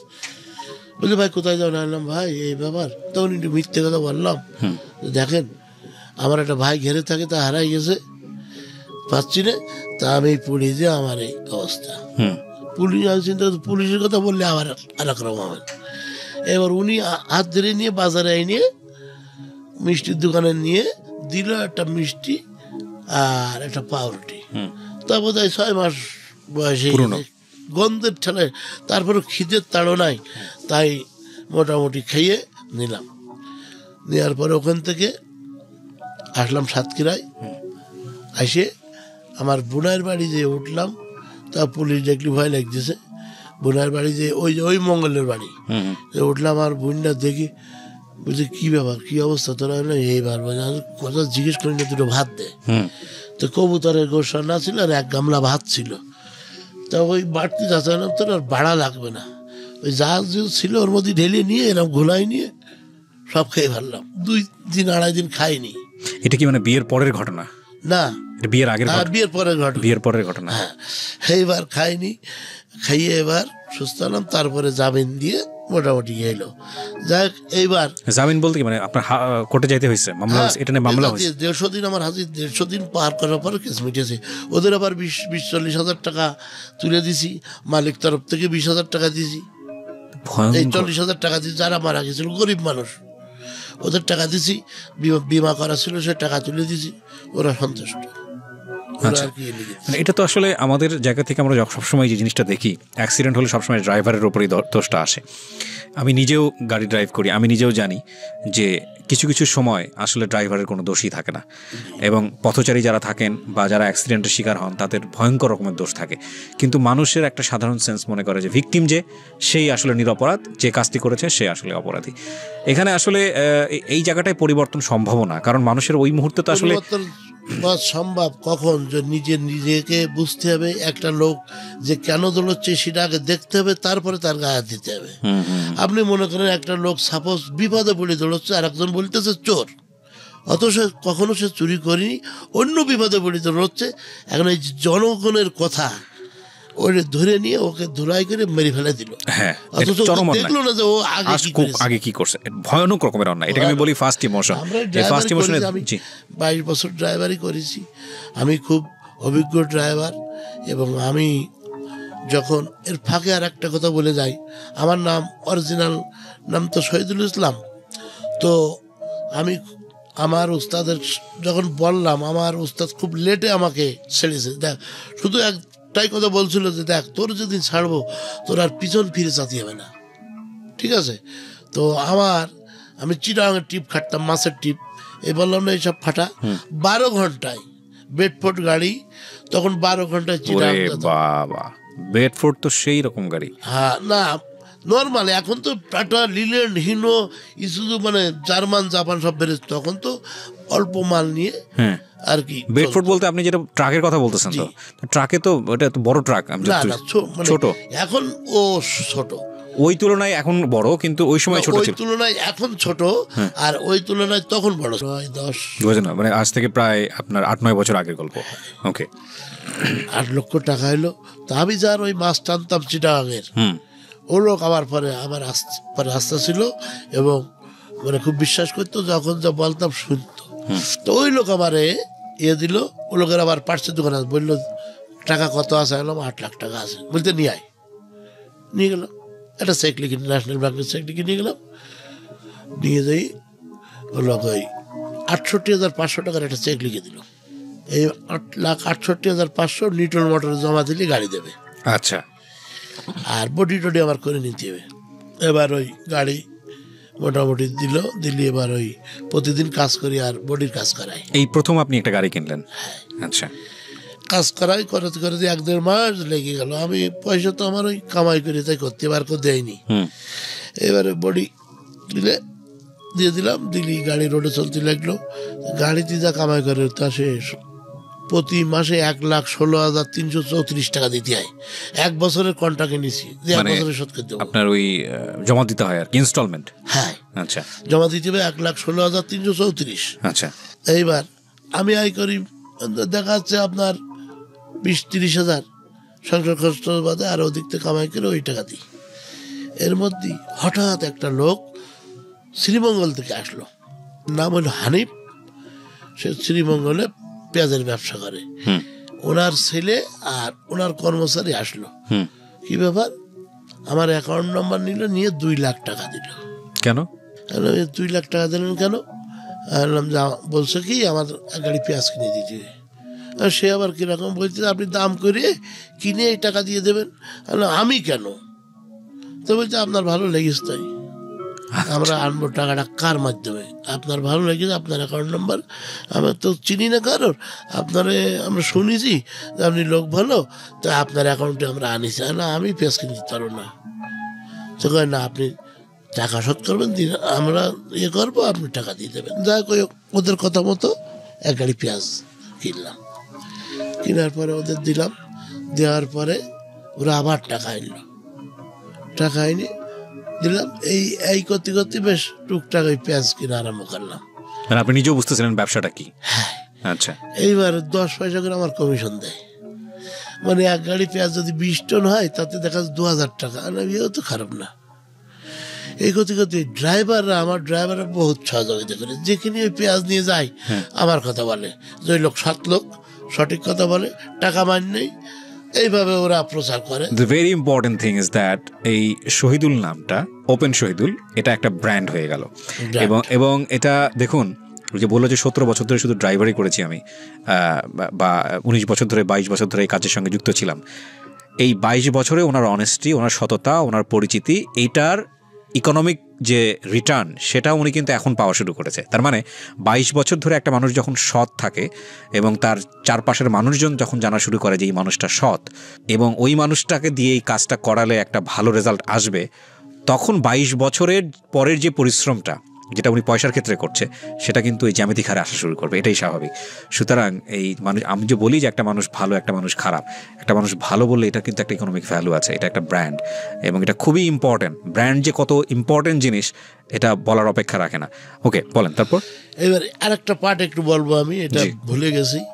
মানে যখন আমি সাতক্ষীরাতে বিয়ে শাদী করে আসলাম, এখন থাকবো কোথায়?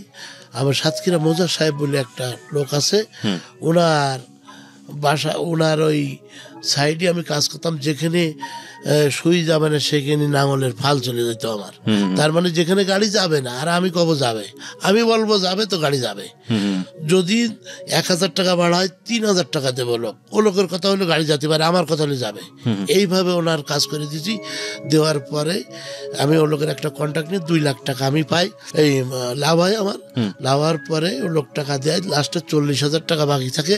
থাকার পর আমি শর্টে বলছি, জি 2 বছর ধরে ওনার কাছে হাঁটি যে চাচা আমি গরিব মানুষ, যশোর থেকে এসেছি, আমি থাকবো কোথায়, বাড়ি বাচ্চা নিয়ে, আমার একটু জমি দিতে হবে। যাই 33 শতক জমি, উনি কয় যে আমি এটা বিক্রি করব। তখন আমি খরিদ্দার দেখি তো পাই না। উনি আবার 20 শতক 10 কাঠার খরিদ্দার ওনার হওয়ার পরে বললো যে দেখ তালি তো 10 কাঠা নিচ্ছে আর তুই বাদ বাকি জমি নেই। আমি চাচা আমার কাছে টাকা নেই। তো বললো ঠিক আছে তাহলে আর বাদ বাকি 4 কাঠার খরিদ্দার দেখ, তাও হয় না। তো বললো ঠিক আছে তোর কাছে কত টাকা? দিলাম 15,000 টাকা আছে, আমি চাচা জমাইছি।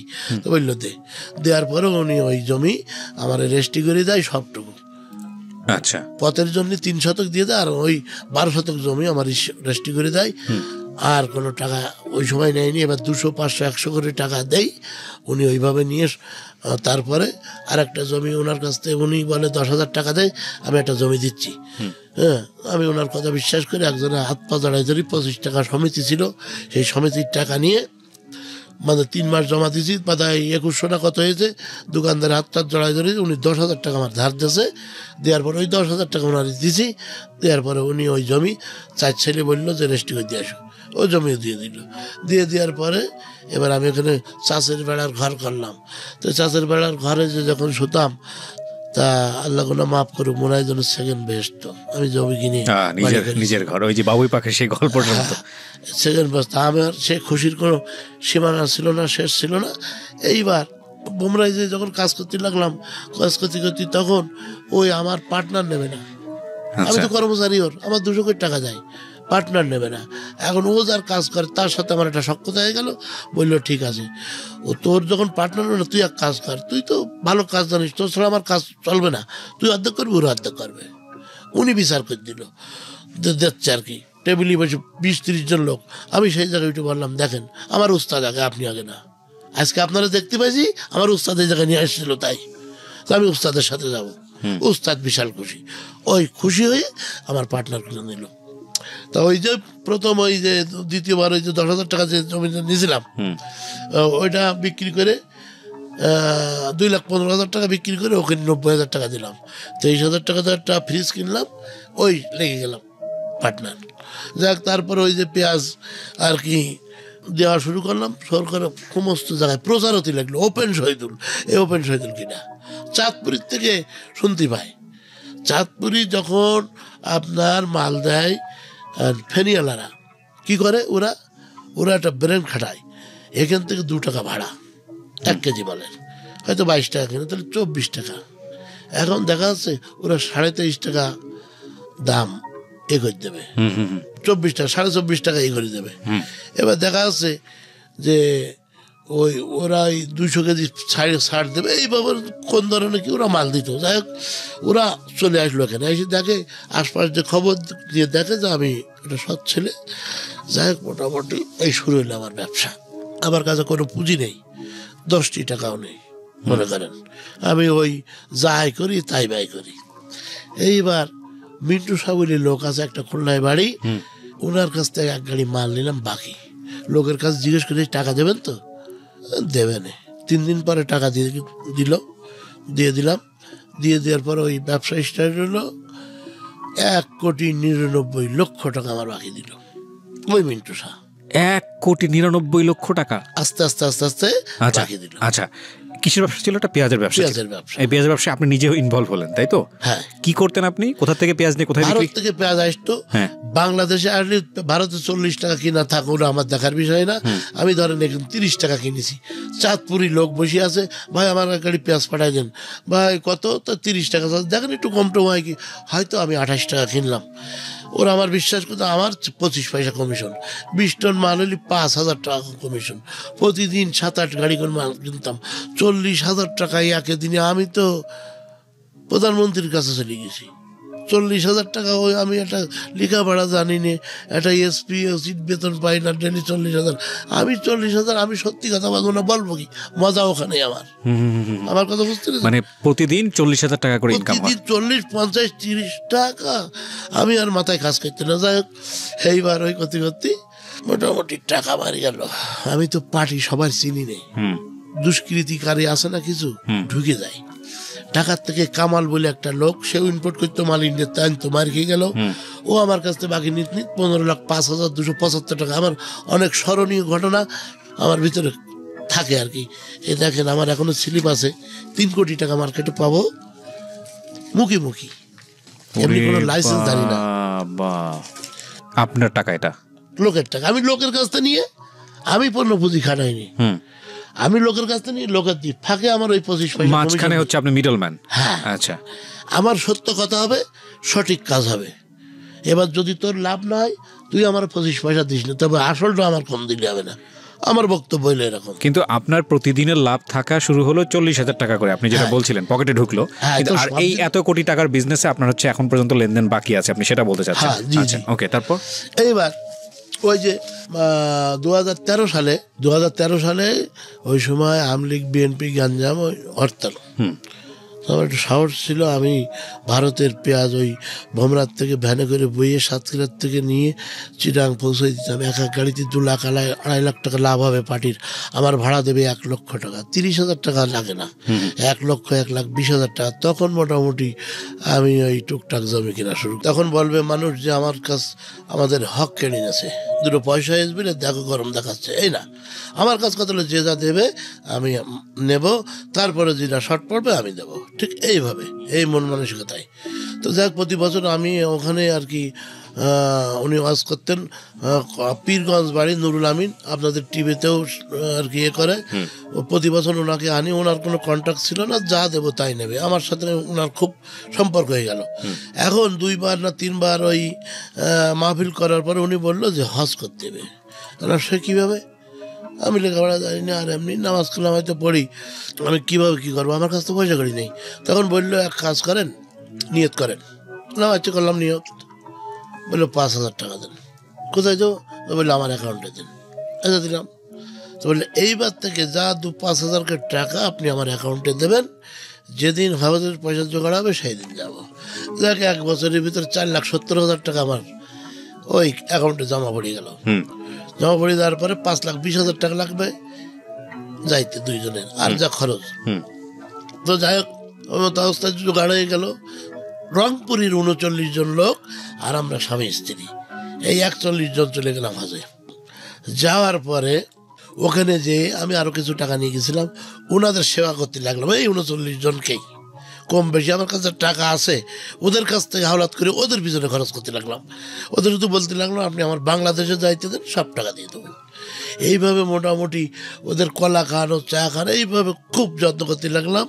যখন প্লেনের থেকে বাংলাদেশে যে নামলাম, তো এরকম এই 39 জনের কান্না আর আমাদের কান্না, মানে এক মার পেটের ভাই বোন, মানে এরকম কান্না দেখা যায়, হাউ মা করে কান্না। ওরা এক বাসে চলে গেল 39 জন, আর আমার প্রাইভেট আমার আনতে গেছে, আমার মন চাচ্ছে না যে আমি আলাদা বাড়ি যাই, এরকম কান্না। যাই হোক, তার ভিতরে অনেক লোক মারা গেছে, এখন 18 সাল, তখন ছিল 11 সাল।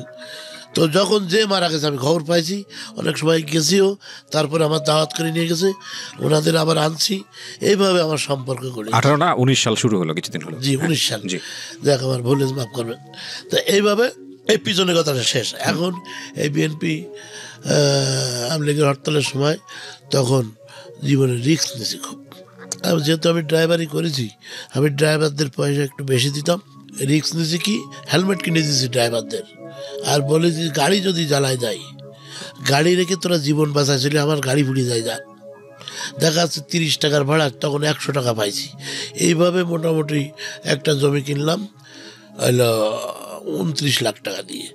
সে জমির দাম প্রায় এখন 1 কোটি টাকা। এইভাবে চলতে লাগলো, করতে করতে গাড়ি আমি কিনলাম, ওই দুটো যে টাটা কিনছিলাম আপনার ওই যে 10 টাকা, তারপরে 3টে গাড়ি দিলাম নিটল মোটর থেকে, ওই ডাউন পেমেন্ট দিয়ে। এর শর্টে বলছি, ওই 3টে টাকা শোধ হয়ে গেল। এবার আইডিএলসি আমার কাছে আসলো যে আপনি ওই নিটল মোটরে লাভ দেবেন কেন, আমরা টাকা দিচ্ছি, 1 কোটি টাকা 2 কোটি টাকা যাই নেন। আমি বলছি 1 কোটি টাকা আমি কী করবো, আমি ভয় লাগতে লাগলো। যাই হোক, তার ওনারা আমার 82 লাখ টাকা দিল গাড়ি কিনতে। মানে 4টে গাড়ির দাম 82 লাখ টাকা, না বডি করতে আরও লাগবে, তাও মোটামুটি হেল্প করলো। ওরা আমার সব টিকিট নিলাম, আমি তো জানি সই টই করে দিলাম। 4টে গাড়ির টাকা নিয়ে 4টে গাড়ি নিয়ে আসলাম। সেই 4টে টাকা বোধহয় 10 মাস শোধ হওয়ার পরে আবার 4টে দিল। আচ্ছা, তখন আমি তো বাংলাদেশের কোথায় কোন জেলায় কয়টা গাড়ি কোথায় গেলে ভাড়া, আবার কত ভাড়া, কোথায় কয়বার চাকা ঘুরলে কতটুকু তেল পড়বে, এটা আমার নলেজ আছে। এই যে 22 বছরের এক্সপেরিয়েন্স। জি। এখন ড্রাইভার আমার ফাঁকি দিতে পারে না, আর দেয়ও না, আমি তো ওদের দুটো পয়সা বেশি ধরে দিই। আর ঈদের সময় বোনাস দিই, বাড়ি এনে একসাথে খাই, ওদের সাথে আমি শেয়ার করি যে তোরা খাইছিস, গোসল করি, খোঁজ খবর নিই, তাতে ওরা খুব খুশি। এভাবে করতে গত বছর ছয়তলা আপনার ওই ছয়তলা কি বলে প্ল্যান করে 3 তলা উঠে গেছে, এখন কমপ্লিট হয়নি। আর আমার ছেলে 6টা ট্রাক, আমার জামাত 5টা, আর আমার হলো 10.5টা। 10.5টা কিরকম? তার মানে কিন্তু আরো জড়িত আছে আমার ভাইরা ভাই এসে 10 লাখ টাকা রেখেলাম। ওই সময় কিন্তু আমার দেখিনি, এখন সচলে 10 লাখ টাকা রেখে নিয়েই যাবে না, আর একটা ট্রাকে শেয়ার করে দিয়েছি, আর মাসে অর্ধেক পাই। এরকম 3-4 জন 5 জন আছে। আচ্ছা, আমি যদি একটু জানার জন্য আপনার কাছ থেকে জানি যে একটা ট্রাক থেকে মাসে অন এভারেজ গড়ে কিরকম ইনকাম থাকে সবকিছু বাদ দিয়ে? গড়ে মিডিয়ায় যদি বলি, এখন ব্যাপার হচ্ছে কি অনেক কথাই বলতে হয়, মনে করেন সব থেকে 50-60 হাজার টাকা থাকে। 50 থেকে 60 হাজার টাকা একটা ট্রাক থেকে ইনকাম হয়। তার মানে আপনার 10টা ট্রাক আছে, মানে আমরা ধরে নিচ্ছি যে মাসে কমপক্ষে হলেও আপনার 5 লক্ষ টাকা প্রফিট থাকে। আচ্ছা, এছাড়া আপনার পেঁয়াজের ব্যবসা আছে? হ্যাঁ, পেঁয়াজের ব্যবসা আছে, তাতে 2-3 লক্ষ টাকা আসে, আমি ট্যাক্স ভ্যাট দিই সব। আচ্ছা, মাশাআল্লাহ। আমি আপনার কাছ থেকে জিজ্ঞেস করছি, এবং আপনার বলতেও কোনো সমস্যা নেই, কারণ আপনি আজকে রেডিওতে আসছেন, আপনার ইনকাম নিয়ে বলতে আপনার কোনো সমস্যা নেই। আপনার মাসের রোজগার কত থাকে এখন সবকিছু মিলিয়ে ব্যবসা করে? এখন মনে করেন 10 লাখ টাকা আপনার হচ্ছে ইয়েতে থাকে, এবং লাভ লসও হয়।